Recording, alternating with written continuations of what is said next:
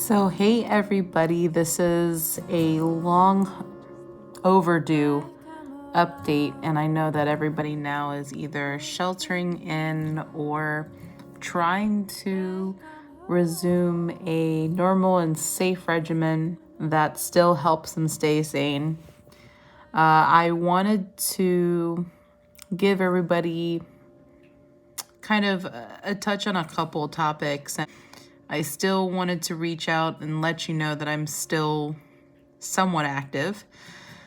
A lot has happened, and in terms of the healthcare arena of things, we do see that there are not just one, but a couple of vaccinations out for our current issue going on. And I know that there's still a lot of uncertainty of really how to tackle this at 100%.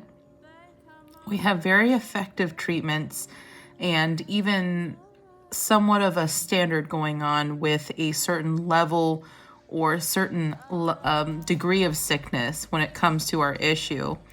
And that includes the standardized, we see a remdesivir, a decadron, in addition to another antibody treatment. I don't remember on the top of my head. There is one available also from Eli Lilly, and I'll probably post the name of it here on the bottom here because I know I will severely mispronounce it, but I know that with that specific new medication from Eli Lilly, it does have a specific emergency use authorization required with it, and it's distributed to specific clinics.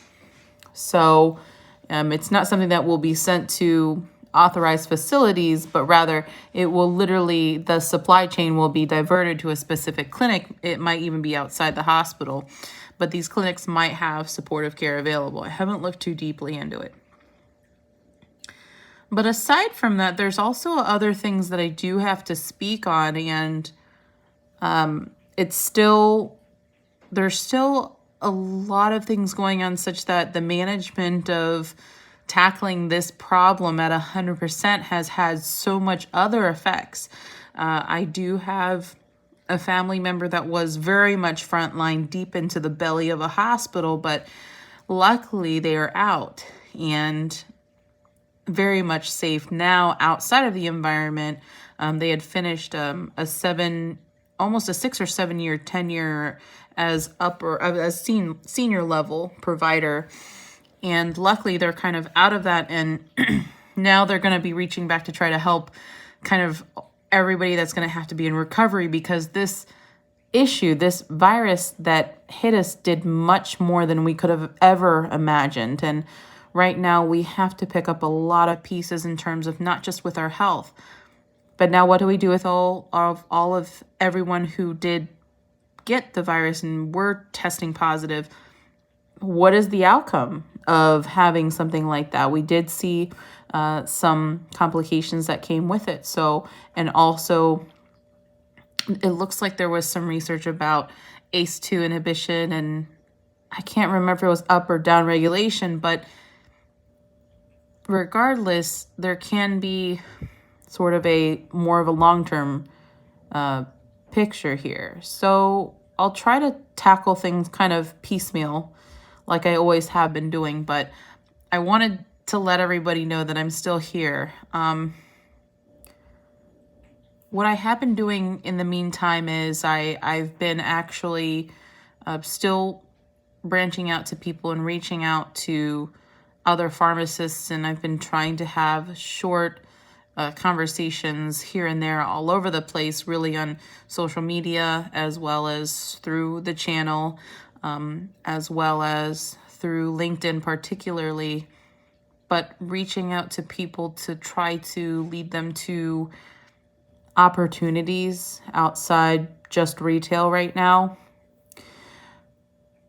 Where I am right now in terms of my expertise is I am in long-term care, and specifically we're seeing that in our older folks, that's going to be the general populace of who I serve, are older, elderly patients, and long-term care is interesting, kind of unique that it is institutional pharmacy but it's we operate as sort of a off-site capacity where we deliver a large volume of orders a couple times a day.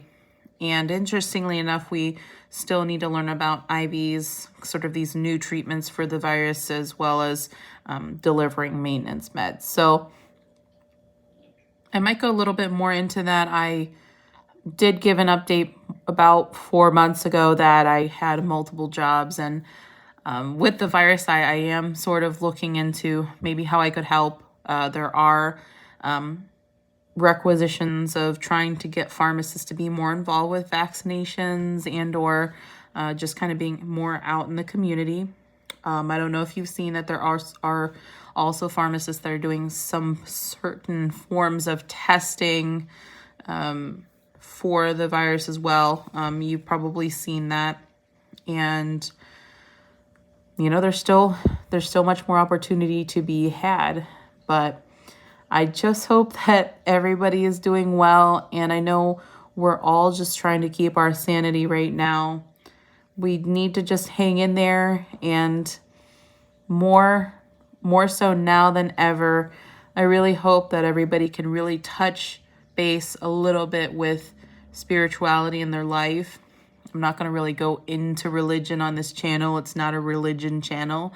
But if that is a way that you can be spiritual, I definitely encourage it. Secondarily to that, even with myself, having someone who could be a counselor or a therapist is very helpful sometimes. But if someone is, if you are not necessarily comfortable with that, I always want to make sure that you guys know that you can always reach out to me as well. It has been a little difficult for me on social media, so I might be doing kind of an email only situation.